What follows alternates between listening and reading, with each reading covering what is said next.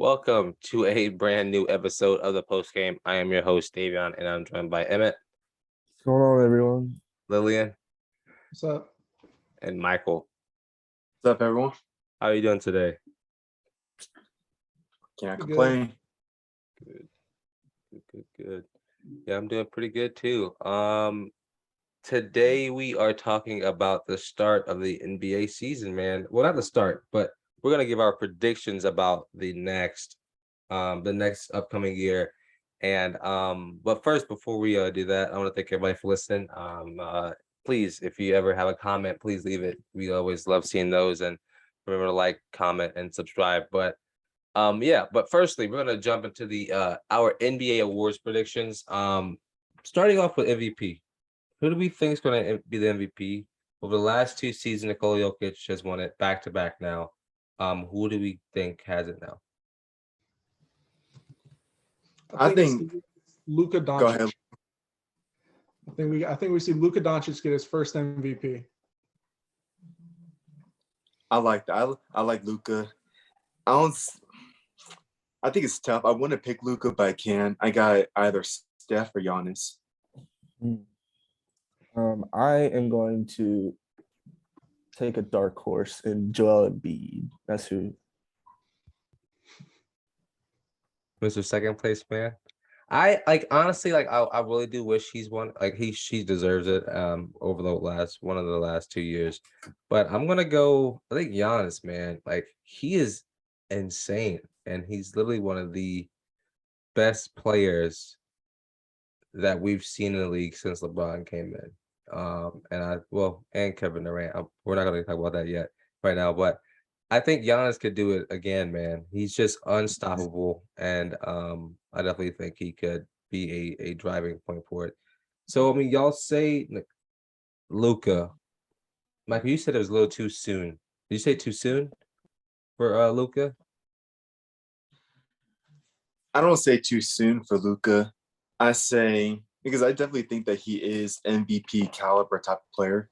I just think his team, even though I do have them going to the finals possibly, I mean, it's still up in the air if they're going to be really good or really bad. So, I mean, if he can carry his team averaging like 32 points a game, then yes, Luka's winning MVP. But if that doesn't happen, then it's going to go to another player. I agree. So, Lillian, you instantly said Luka. Why?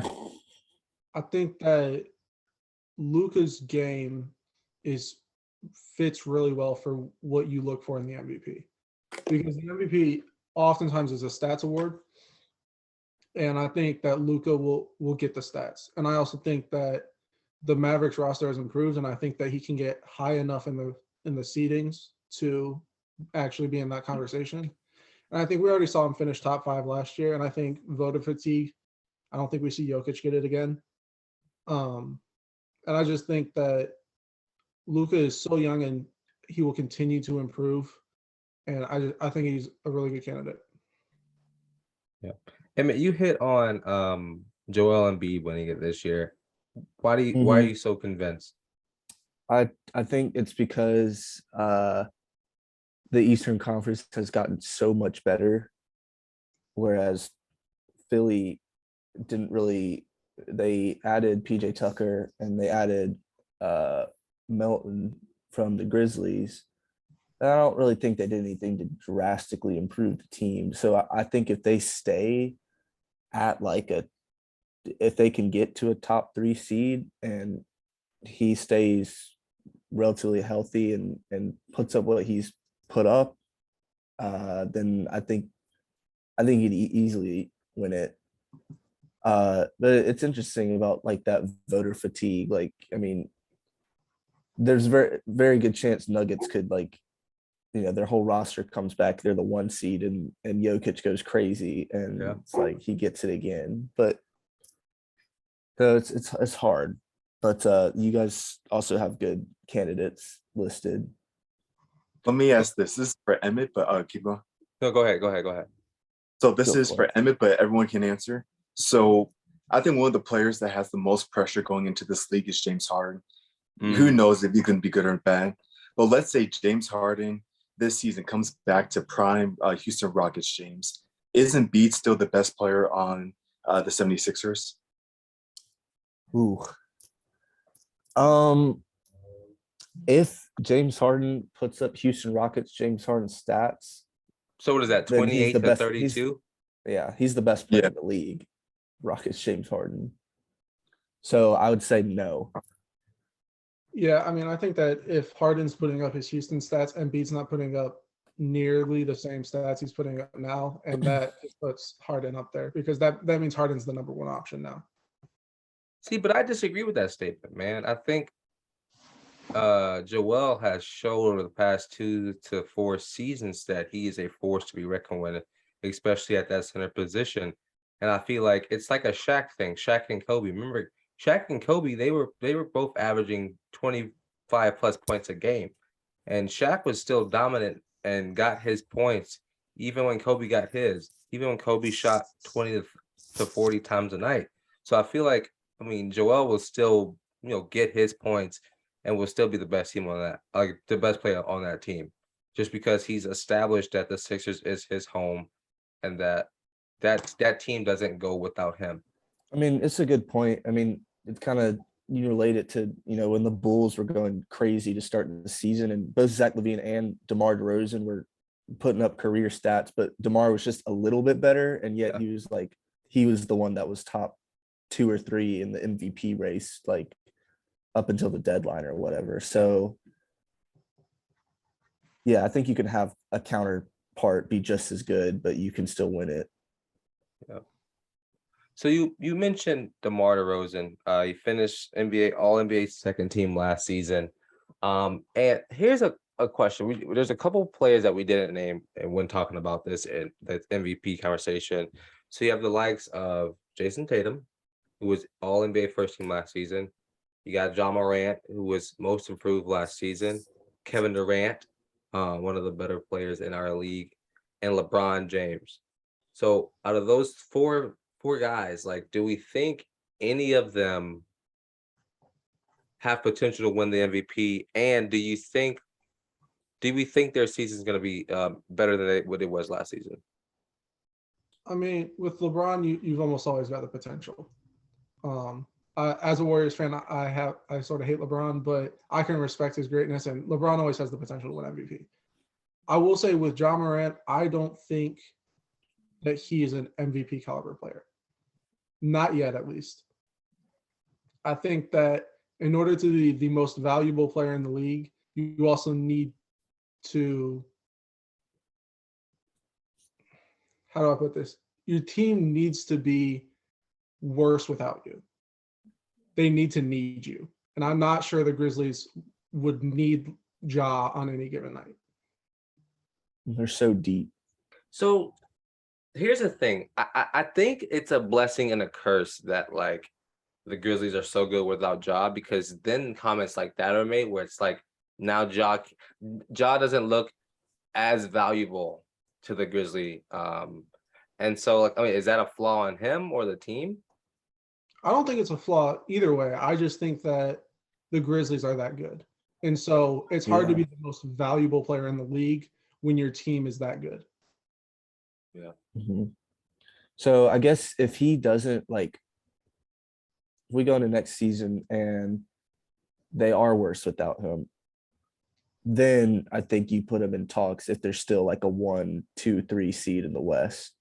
Because they were like 20-5 without him. But that is a good point, because then it just shows how strong of a team they are versus the player. Like if the team does worse without him on the court. Josh too young to win MVP right now. Yeah. I don't want to call the dude overrated. He's a great player, but Again. But come on, I mean, Ja for MVP conversations now, that's a little overrated to me. I think that hot take, I'd give Trae Young MVP over Ja. If it's between those two, I'd give Trae Young MVP over Ja. I think he's a more valuable player. So I think it just has to do with standings. Like theoretically, if one of those two get a top 6 seed and just put up absurd stats, you can put them in the conversation. But that's the only way I see either of them win it. And Trae Young's, yeah. Now let me ask this though. So, is there a chance that Jokic goes 3 for 3? I think there's Yes. always a chance. I think if he A comes high out, chance. huh? A high chance. No. Well, I think there's always a chance, regardless if it's high or not. I think he is so good, and I think we've seen his game evolve and elevate over the past 5 seasons. To just it's been a progression of up. I mean, there's never been a dip. There hasn't been any of that. Even without his star point guard for the past season and a half, he's still been a dominant force, and their team has still been still competes. But when I think, I mean, back to that Trae Young question real quick. I think like it has to look at the question I had before of like, is Ja's team, without him, and Trae Young's team without him. Trae Young's team, like the Hawks without Trae Young is not good. They're not a good team, and they never will be. And so I think it's easier for Trae to win because of just the setup of how his team is. He's able to shoot the ball 40 times a game because there's no one else to shoot the ball on that team. And so that's why I think it would be an easier route for Trae Young to win it. But no, I don't think he'll win it. That's might just because of my bias of Trae Young, but we don't have to talk about that. I mean, I do think that we won't see Trae Young win it this year, also because he does have another shot taker now in DeJounte Murray. So he won't have to shoulder the offensive load as much. Yeah. So moving on to Rookie of the Year. What's some rookies that we really like coming into this next season?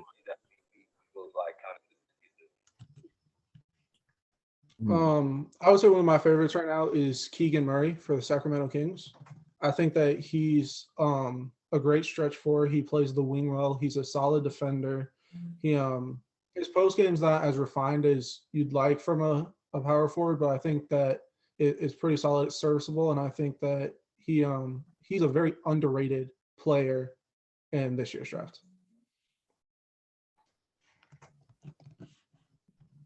I don't watch college that much, but Paulo, I've seen some highlights from him. I think he's a great player. I got him probably for Rookie of the Year. My pick is probably gonna be Jaden Ivey.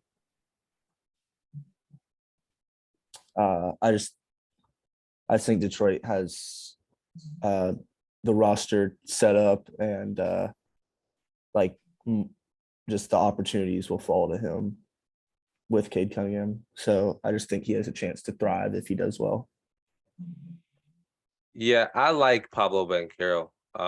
I think he is a dominant force, man. And watching him at Duke, because I don't watch much college basketball either, Michael. But when it comes to like March Madness, I definitely pay a lot of attention to it. And just watching him with Duke last season, I just saw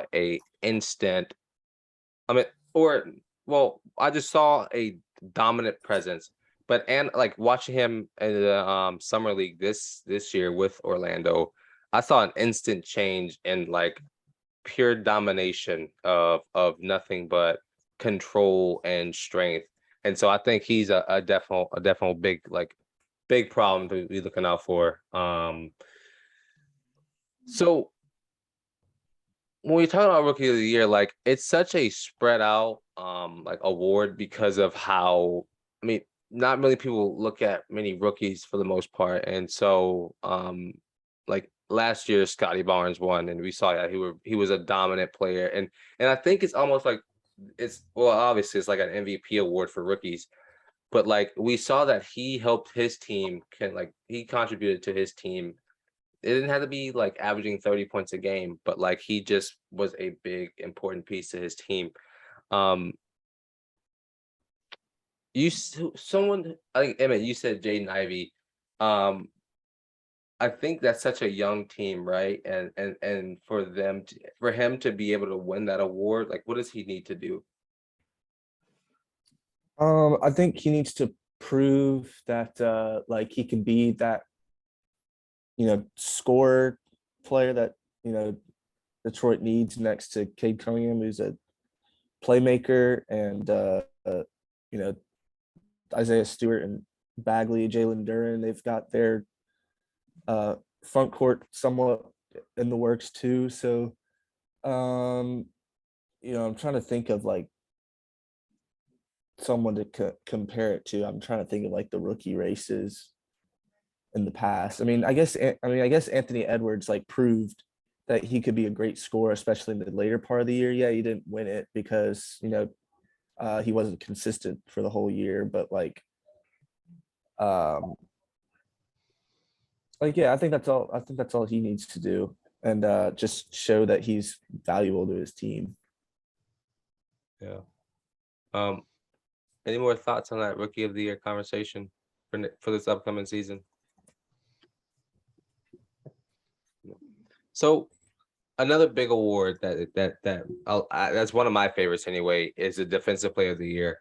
Who do y'all think could win this award this year? I think it's hard to like say because especially a defensive player, I feel like they use so many like little stats and things to determine if like someone's a better defensive player to their team than the other person. So I don't know. It's kind of hard to make a guess. I mean, I think Giannis is an easy one to put for me, but I'm interested to hear what y'all have. I think one of the players I think can finally win it this year is Bam Adebayo. That's what I was going to. I think he is one of the most skilled defenders in the league, and he's able to guard 1 through 5.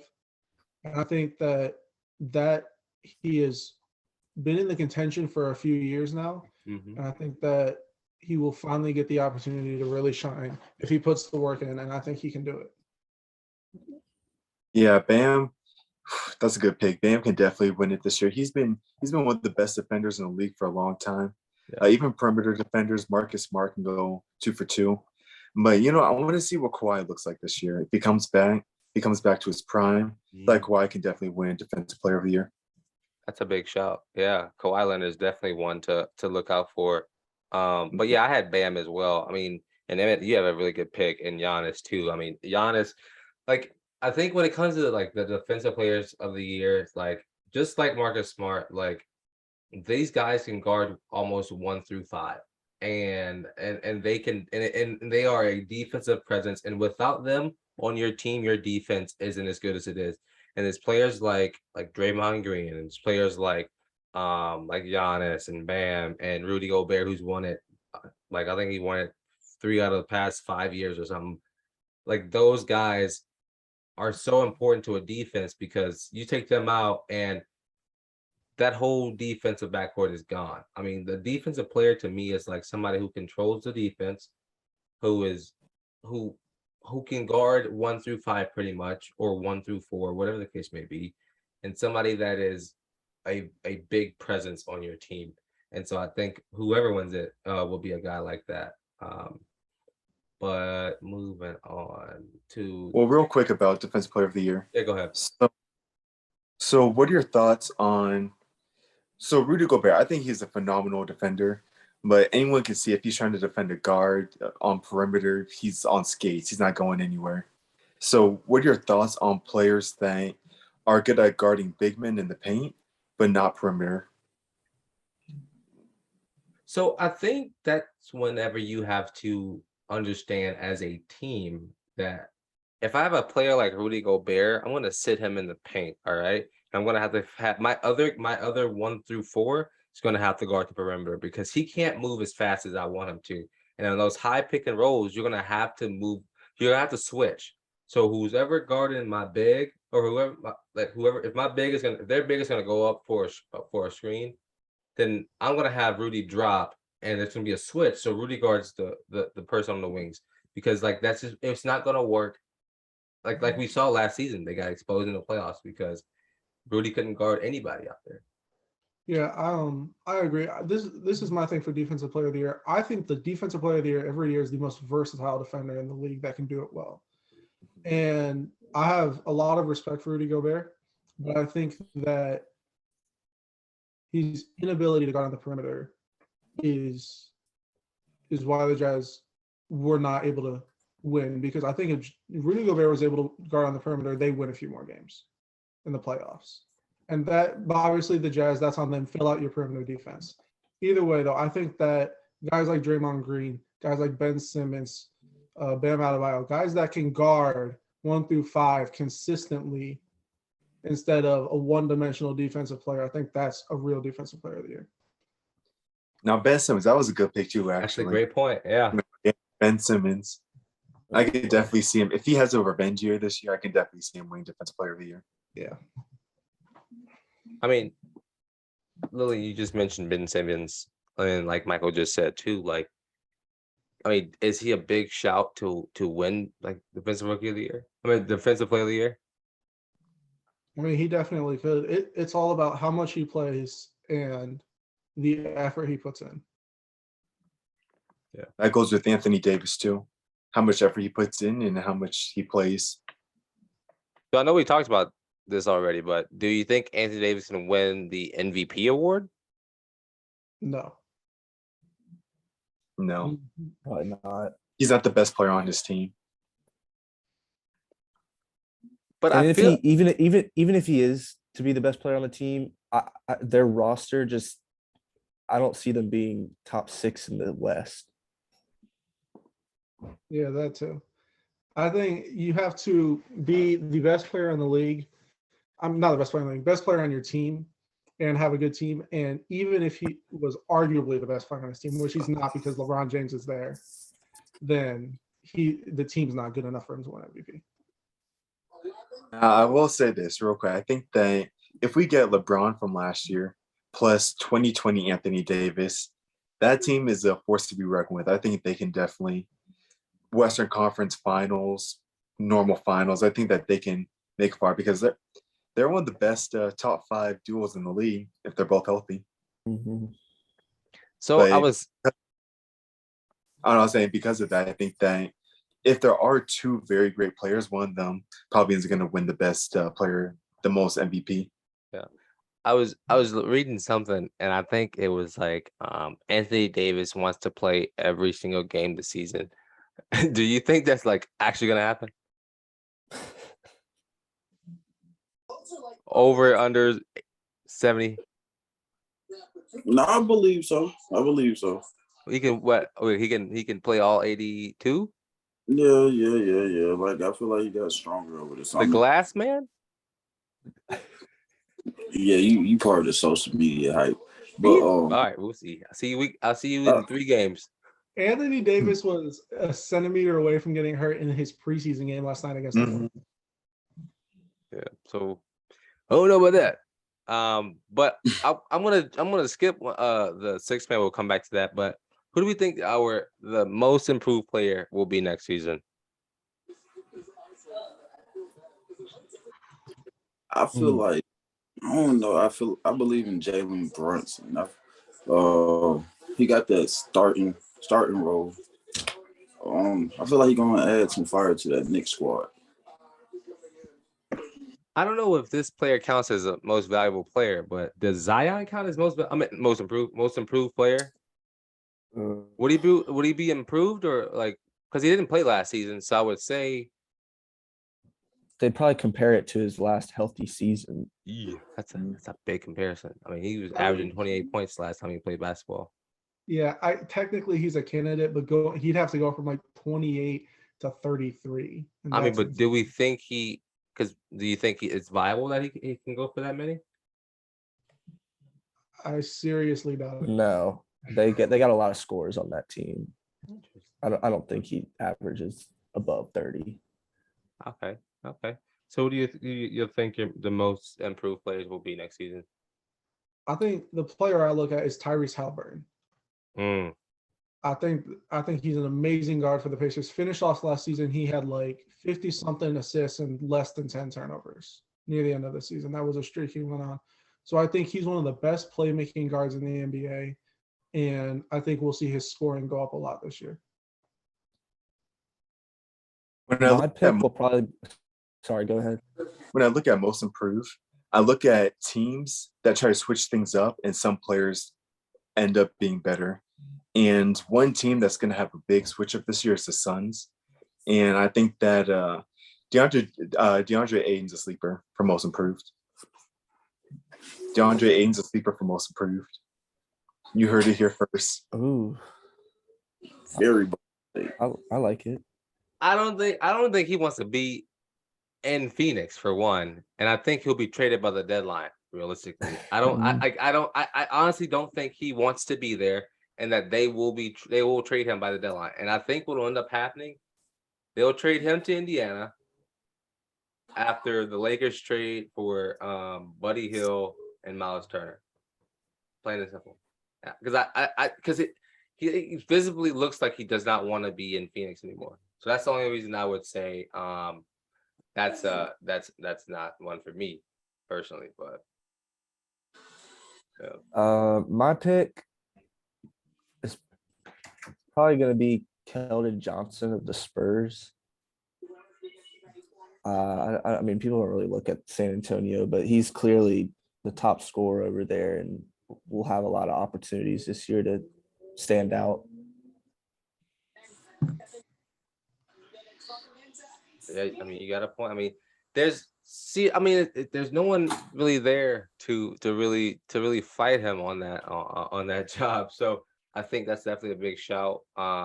Maybe Anthony Davis as well. He could make a big leap, because for some reason, like when it comes to the most improved like award, they don't ever, because last season someone else that should have won it. Jordan. Yeah, exactly. And so Miles Bridges. Oh my God. I don't know if we should be giving Miles Bridges anything right now. No, but so I mean, I think you have to really look at who's gonna take that leap, and players like Anthony Simons from the like for Portland, like he's just signed a $20 million contract, and he can take that leap this season because he'll be starting this year, and so I think that's definitely one that you should look out for. I mean, hey, he didn't win it last year, but Jordan Poole could improve again. Went from, I mean, he could go from like 8.5 to 21, and then rack up some assists. That's a candidate as well. If he wakes up, like what? But yeah, but next we're gonna talk about sixth man of the year, and then we'll jump into our finals predictions. All right, this is why I actually think Jordan Poole's going to win it. Okay. I think most improved's a long shot, but I think Jordan Poole, I mean, he's coming off the bench for the Warriors. You got Steph, Clay, Dre Wiggins, and Looney. That I think he's the sixth man off that bench, and he will be the leading scorer off that bench. I agree. You definitely have a point. He is the guy off the bench, and we saw last season that, I mean, believe it or not, Golden State. I don't know how I feel about saying this, but he was a factor to them winning that championship last year, and so he definitely will get his accolades coming off the bench this season for sure. And so, anybody else have a shout for who's gonna win sixth man? It depends if he starts or not. I don't know really what he's gonna do, but if he doesn't, I think Christian Wood is up there. Yeah, I got either Christian Wood or what's his name? T-Man, Terrence Mann for the Clippers. Yeah, I got Jordan Poole too.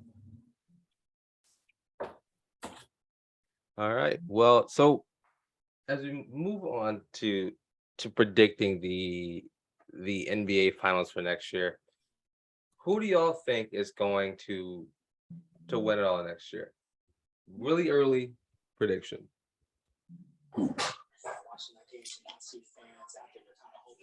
David's about to say something crazy. I see it in his face. They was like the Hornets. Not even, The not even. Hornets going to win. It might be a bold take, but I don't know. I just feel like this third year for the Nets, they're looking pretty scary. Brooklyn? They Brooklyn? found out Oh, that's all not too bold. they got Kyrie, Ben Simmons filling that defense, Claxton. They got a good balanced squad. They added a lot of role players, O'Neal and stuff. Yeah, so they're looking scary.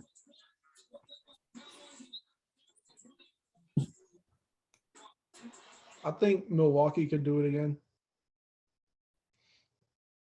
Yeah. I mean, I think as long as Middleton stays healthy, that team could have been in the finals last year if Middleton doesn't get hurt. So, I mean, they've done nothing but add talent this offseason as well. So I definitely think that's a really good show. I've got the LA Clippers. I match them with that, Emmett. That's me too. Yeah.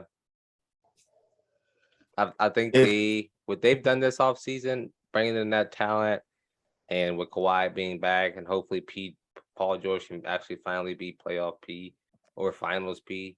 I mean, I think that team definitely has a lot of potential, a lot more than last season or season before. This honestly might be their best team they've ever had. I got the Warriors back to back. If they can fix out their chemistry issue, I got the Warriors. So, Michael, you hit it on that. Their chemistry issues. We just saw. I think everyone here saw the Draymond Green and Jordan Poole incident where they got into a fight this past week. Well, not really a fight, but they got into it this past week. Do we think they are? Will that cause a problem in that franchise's locker room? Honestly, go ahead. I think, yes, it's going to cause a problem for them. And, I think that Draymond Green has been wanting to get a max contract. He's been saying after this year, he wants to decline his player option and get a max contract. I think that the Warriors, the front office, this might be their excuse they need to get rid of Draymond. Now, I know that's a hot take, but Draymond might not be a Warriors after this year. here's the way I look at it. Obviously, Draymond Green lost the trust of all of his teammates. That's very clear with what we saw. I think Kevon Looney said last night that there's going to be a lot of work for Draymond to do to regain that trust. But he also said that he thinks Draymond is willing to put in that work. We've also seen Steve Kerr is very upset. Steph is disappointed in him. But really what's going to end up mattering is what's Jordan Poole's, how is he going to react? And, how is he going to take this? And I think that the number one thing is if Jordan Poole is willing to move past it, then there won't be any issues. There's obviously issues right now, but I think if Jordan Poole is willing to move past it, then the Warriors will be fine. But I don't think that the Warriors use this as an excuse to get rid of Draymond Green, because as of right now, he's damaged goods. You can't trade him. Nobody wants that right now. But I do think they use it very much as an excuse to say you're not getting a max contract from us. So you can take a pay cut and keep winning, or go sign the max somewhere else and not win. I honestly don't even think it'll mess up the chemistry, because I looked at reports. Jordan Poole been acting like that. They've been having like back-to-back, scuffles and training camps and stuff. It's just a part of the game. Here's the thing, though, is that Steve Kerr and Stephen Curry shut that down. They said that Jordan Poole hasn't been acting different because of the contract talks. No. I'm not talking about the contract talk. That was just bull crap. I didn't believe that story anyway. But like during training camps, previous training camps, they was always going back to back. It's just fiery competition. I guess it just got too much to the head or whatever. So I don't feel like it'll change anything. They'll get back right, but I don't believe Draymond will be shipped off or whatever. I feel like they'll work it out and they'll still be that dynasty. So here's the thing. Here's what I think. I think this Golden State team is such a a polarizing team from top to bottom. Draymond Green is the anchor of your defense. He's the anchor of your leadership. He's the anchor of that team, plain and simple. When you have a big-headed kid like Jordan Poole, who's up for a really, really big contract, and who's a very arrogant person, because I mean, from looking at from the outside in, looking at like the way he talks about, the game of basketball and the way he plays, there's just a chip on his shoulder. And so I think what it was is Jordan Poole got a little too lippy at the mouth. And Draymond Green's obviously a leader for that team. He's not going to sit and stand for that. He's not going to sit here and just take abuse from a kid who just got good in the NBA, right? And so he had to put his foot down. I don't think it'll kill the locker room, and I don't think it'll cause warrant for Draymond to like get shipped away. But I don't think it's that big of a deal. I think the big reason Steve Kerr was upset is because the video got out, not because of what happened. Those things happen all the time. I mean, we don't know what happened with the Bulls and back in the day with Jordan. I'm sure they got into plenty of fights. But I think the big problem is that this video got out, and that that should not happen for a practice for a team. And I also think, listen, Jordan Poole can be upset if he wants to, but I think he understands that I'm on one of the best franchises in the world. I'm in a great position. I'm learning from from the best shooter of all time, and we just won a championship. I think he understands, and he needs to humble himself to where he is. I think, but when it comes to Draymond's max contract next year, I don't think Golden State should give it to him just because they don't have that much money to give around for everybody. And so I think it's okay if he leaves next season for more money. That's fine. But I also don't think Draymond is damaged goods. I feel like he is so, what he has done this in his career is so prominent that any team could use that right now. You know what team would love that right now? A team like Houston. That's perfect for them. They get a Draymond Green, they are now a playoff contending team, plain and simple. I mean, you said something about, Jordan Poole needs to humble himself. I don't think that's what it is, right? Everybody else on the Warriors said Poole said nothing to warrant a punch like that. So I think really what it is Draymond, we've seen in the past, he has some anger management issues. Well, yeah. He can go over the top and do things he shouldn't do. And punching your teammate, everybody compares it to MJ punching Kerr. That doesn't change the thing. You don't punch your teammate, right? Just because MJ did it doesn't mean everybody should. If I get enough, I'm hitting somebody too. And I mean, here's the thing: it was more than just like a punch. Like they were standing there and they. He laid him out. Flying. And I think a lot of it was Jordan Poole was not expecting it. I don't think you ever expect to get hit by your teammate. So I think it was an unexpected punch from Draymond Green, and that's the real issue. Is Draymond took it way too far. And I also don't think franchises want a guy who's willing to punch his teammate because he's won 4 championships. I don't think guys want that. I would compare Draymond Green to Dennis Rodman. Like Rodman was a psychopath. That man was crazy, still is crazy. But any team would go after Dennis Rodman, plain and simple. And I feel like this won't hurt. This will not hurt Draymond Green at all. I don't know. I feel like it's not. I don't think it's as big of a deal as people are making out to be. I think because we've seen the video, that's why it's a big deal, and that's why it's a big problem. But if we just heard this had happened, we'd have been like, okay, this happens all the time. But there's the main reason why I would disagree with that. I think that any team back then would want to go after Dennis Rodman. The reason why I wouldn't say that about Draymond Green now is because the media of today isn't the same as it was in the 90s. Now, during the finals, Draymond Green, he wasn't playing that bad compared to the slander from the media of what they were saying of how bad he was. And with things like that, it reminds me of Ben Simmons, where Ben Simmons is still one of the best defenders in the league, but after that playoff series against the Hawks, his trade value went so far down. And I think that's more of the media than it is about his actual gameplay. So I think with that, because of the media, Draymond Green, he's not a hot commodity around the league right now. Hey man, You said Hey, something man. about Dennis Rodman, but like everybody wanted Dennis Rodman because Dennis Rodman wasn't the only crazy person. Yeah. Like it was a lot more common for it to get wet, like get in fights, get in stuff. In today's NBA, players will get in arguments, but players don't go around hitting each other a lot. So okay, here's a fun final question that we'll put a button on this. If you were a GM right now, would you or would you not still trade for Draymond Green? I would. He had that leadership to my team, and then he got experience. I Then would he I wouldn't trade what I would have if he hadn't punched Jordan Poole.